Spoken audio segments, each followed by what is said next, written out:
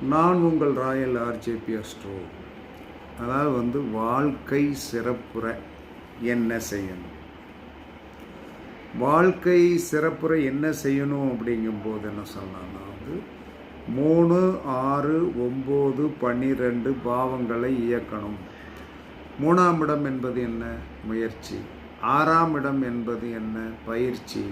9ஆம் இடம் என்பது என்ன? பாக்கியம். 12ஆம் இடம் என்பது போகம். இதை யாருமே சிறப்பாக செய்வதே இல்லை.